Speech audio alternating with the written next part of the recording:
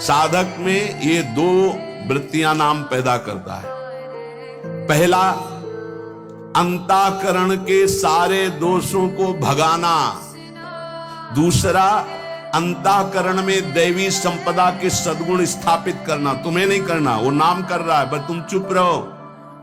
पर यहां चुप रहा नहीं जाता, विचलित हो जाते हैं। जहां असत प्रेरणा हुई तो या तो ऐसी क्रिया कर दी या वो ऐसे दुखी हो गए, हमारे मन में तो ऐसा आता है वैसा। चुप रहो, ऑपरेशन शुरू है तो मवाद निकलेगा, गंदगी निकलेगी, और जो गंदगी निकलेगी तो फिर अच्छे से वो घाव भर जाएगा। जितना दोष निकल रहा है उतना ही सद्गुण आ रहा है। अंतःकरण में भागवतिक सद्गुणों की प्रतिष्ठा होने में देर नहीं लगेगी। किसको? जो नाम जपने के साथ नाम का ध्यान करता है या नाम जपने के साथ रूप का ध्यान करता है। अब उसके हृदय में भगवत स्वरूप, पवित्रता, शांति, संतोष, निर्भयता, निश्चिंतता, समस्त दैवी संपदा प्रकाशित हो गई। अब तो एक एक नाम के साथ उसको स्वाद मिलने लगा और दिव्य स्वरूप भगवान का उसके हृदय में झलकने लगा। अब भगवान के रूप की प्रतिष्ठा उसके मानस नेत्रों में हो गई। लीला में प्रवेश, सेवा का अधिकार, सब भाव स्वरूप की जागृति, सब पूरा का पूरा प्रकरण ध्यान से बार बार सुनना। जब कोई साधक नाम जब प्रारंभ करता है, नाम जाकर के अंदर ज्ञान जागृति नहीं करता। प्रारंभ में सुप्त वासना प्रवृत्तियां जो छुपी उनको जागृत करता है। उठ और भाग यहां से। अब वो कुसंस्कार, दुर्गुण, दुराचार दल के दल वहां हैं अंतःकरण में। जैसे जैसे साधक नाम जब बढ़ाता है वैसे वो अपने बल के साथ प्रकट होते हैं। परमार्थ का साधक यदि सत्संगी नहीं हुआ तो वो समझता है कि ये तो बहुत बड़ा विघ्न सामने उपस्थित हो गया, हृदय जल रहा है और पाप वासनाएं इतनी बढ़ती जा रही। साधक में प्रारंभ में इनका परिचय ना होने के कारण वो पराजित होने लगता है कि अब तो बहुत गंदी बातें आ रही हैं, भजन रोक दो। अतएव साधक घबराए नहीं, इन विकारों के अधीन न हो, नाम जप रूपी परम साधन छोड़े नहीं। बिल्कुल मंगलमयी बात समझ लो, ये बात कई बार हो चुकी है, पर जो लिखा हुआ है उसे सुनोगे तो ज्यादा विश्वास हो सकता है। वैसे लगेगा ये अपने मन से कहते हैं। साधक प्रारंभ में पराजित करने की सामर्थ्य नहीं रखता। अतएव घबरा करके इनका परिचय ना जानने के कारण वो या तो इनके अधीन होकर फिर गलत कार्य करने लगता है या भयभीत होकर साधन नाम जप करना छोड़ देता है। किंतु यदि गुरु कृपा पात्र साधक प्रभु के नाम की वास्तविक महिमा जो सुन चुका है, ऐसा अवसर जब आता है कि हृदय में बड़ी गंदी बातें, बड़ा प्रपंच उदय हो रहा है, तो वो समझने लगता है नाम काम कर रहा है, नाम काम कर रहा है। अब हमारा हृदय खाली हो रहा है, ये वासनाएं निकल रही हैं, समस्त हे गुण, दुर्गुण, दुराचार प्रवृत्तियां नष्ट हो रही हैं। बार बार वही हमने अनंत जन्मों में किया, इसलिए बार बार वही आ रहा है, आ नहीं रहा, वो जा रहा है, हर वृत्ति जा रही है। अतएव और नाम उच्चारण बढ़ाए और सत्संग सुने, जिससे हिम्मत बनती जाएगी। घबराओगे नहीं, बड़ा भारी युद्ध है, एक दिन में सब डिलीट नहीं हो जाएंगे। धीरे धीरे जिन गुणों से भगवान रीझते हैं, ध्यान देना, एक विकार गया, एक गुण आ गया, वो विकार की वृत्ति गई, दूसरा गुण आ गया, खाली नहीं रखता। ये बड़े काम की बात है। जैसे जैसे नाम जब चलेगा, दुर्गुण, दुराचार, दुर्विचार, पाप प्रवृत्ति खाली हुई, उतने में सद्गुण सदाचार आके बैठ गया कि अब दोबारा उसको जगह नहीं मिलेगी। और धीरे धीरे वो पूरे के पूरे दुर्गुण दुराचारों को हटा करके साधक में सद्गुण सदाचार स्थापित कर देता है। नाम, पहला प्रभाव नाम का। साधक को ये बात ध्यान रखनी है कि ये दो वृत्तियां आपके अंदर प्रारंभ में होंगी, दोषापनयन और गुणाधान। दोषापनयन, जो दोष वृत्तियां हैं उनको निकलना और उनकी जगह में सद्गुण सदाचार स्थापित करना। ये नाम करेगा, तुम्हें चुप रहना है। राधा राधा राधा राधा राधा राधा। विचलित नहीं होना कि मन बहुत हमारा परेशान करता है, बहुत विकार आ रहे हैं, अब कैसे रहूं। खुशी मनाओ, गंदी बातें निकल रही है। पर साधक कैसे खुशी मनावे? वो तो मन में तदात्म में, तो मन में जलन हो रही है और वो निकल रहे हैं तो वो समझ रहा है आ रहे हैं, और फिर वो उनसे या तो द्वेष कर बैठता है या तो राग। द्वेष कर बैठता, क्यों आ रहे हैं, क्यों ऐसा ऐसा, उनकी सत्ता दृढ़ हो रही, और या फिर उसी आचरणों में लग जाता है तो रागात्मक या द्वेषात्मक वृत्ति से वो टिक जाते हैं, खाली नहीं हो पाते। इसीलिए लंबा समय निकल जाता है, कोई लाभ उसको समझ में नहीं आता। साधक में ये दो वृत्तियां नाम पैदा करता है। पहला, अंतःकरण के सारे दोषों को भगाना। दूसरा, अंतःकरण में दैवी संपदा के सद्गुण स्थापित करना। तुम्हें नहीं करना, वो नाम कर रहा है, बस तुम चुप रहो। पर यहां चुप रहा नहीं जाता, विचलित हो जाते हैं। जहां असत प्रेरणा हुई तो या तो ऐसी क्रिया कर दी या वैसे ही दुखी हो गए, हमारे मन में तो ऐसा आता है वैसा।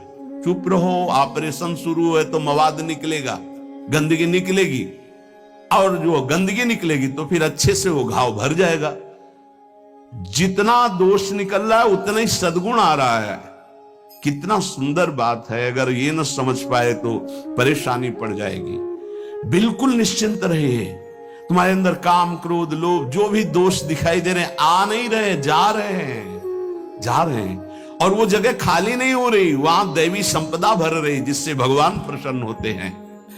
यदि हम नामोच्चारण के साथ साथ नाम का ध्यान शुरू कर दें तो और जल्दी दिव्य सद्गुण आ जाएंगे। अंतःकरण में भागवतिक सद्गुणों की प्रतिष्ठा होने में देर नहीं लगेगी। किसको?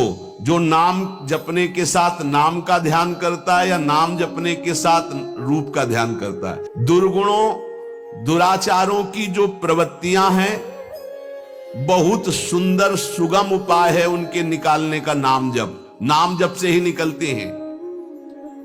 सद्गुण सदाचार ये खाली हृदय में आकर बैठने लगते हैं। बहुत बढ़िया प्रक्रिया है, बस समझ लो, कोई प्रश्न नहीं रह जाएगा। जैसे जैसे तुम्हारा भगवत चिंतन अधिक बढ़ेगा तो काम, क्रोध, लोभ, मोह, मद, मत्सर ये पूरा का पूरा अपना प्रभाव दिखा के नष्ट हो जाएंगे। ये पूरे के पूरे नष्ट हो जाएंगे, ऐसा शब्द नहीं आया, प्रभाव दिखा के नष्ट हो जाएंगे। जितना इनमें पावर हो पूरा पावर दिखाएंगे तुम्हें परास्त करने के लिए। नाम छोड़ दो, संसार में आ जाओ। और जो साधक जमा रहता है, राधा राधा राधा, अब उनके अनर्थ और दुष्परिणाम और अनिष्ट चिंतन ये सब कुछ छूट गया।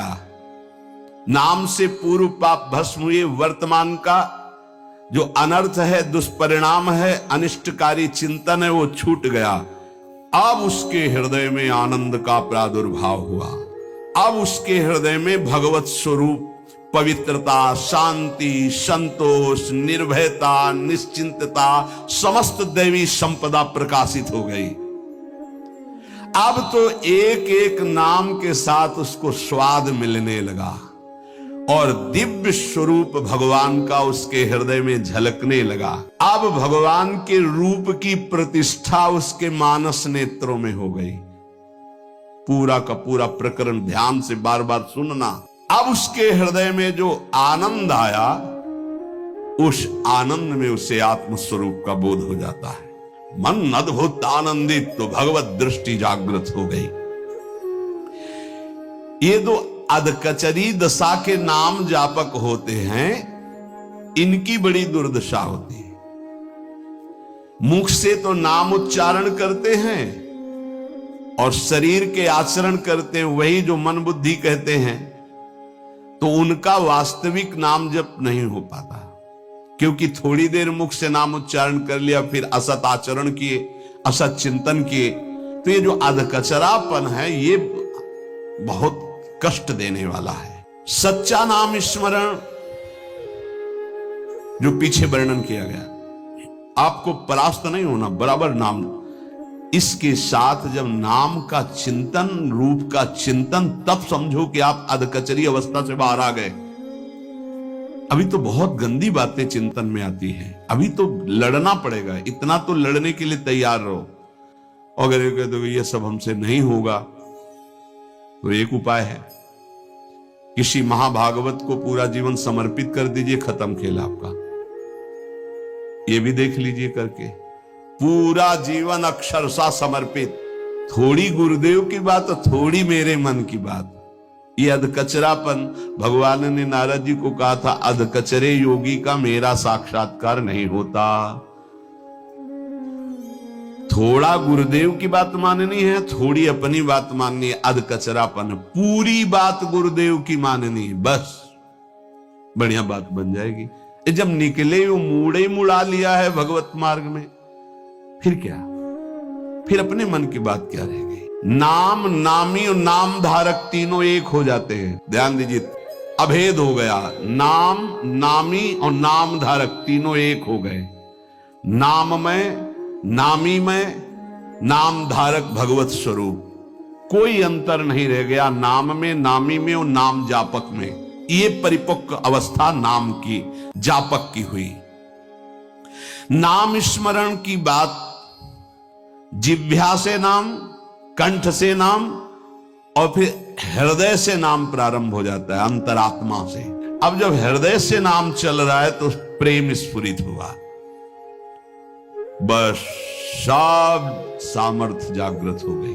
प्रेम जागृत होते ही सब सामर्थ्य जागृत हो गई। भगवत प्रेम हो गया तो शेष सब बातें, लीला में प्रवेश, सेवा का अधिकार, सब भाव स्वरूप की जागृति, सब। जैसे बछड़ा आ जाए तो गाय रंभाती हुई स्वयं आ जाती है, ऐसे ही जहां उसके हृदय में प्रेम स्फुरित हुआ तो प्रेम लक्षणा भक्ति जागृत होते ही प्रिया प्रीतम उसके हृदय में आ गए। जैसे बछड़ा आ गया ना, गाय आ जाएगी, बछड़ा के पीछे रंभाती गाय, ऐसे ही प्रेम भाव जहां जागृत हुआ प्रिया प्रीतम आ गए। ये न किसी साधना से न योग से ये नहीं होता है, ये नाम से होता है, गुरु प्रदत्त नाम से।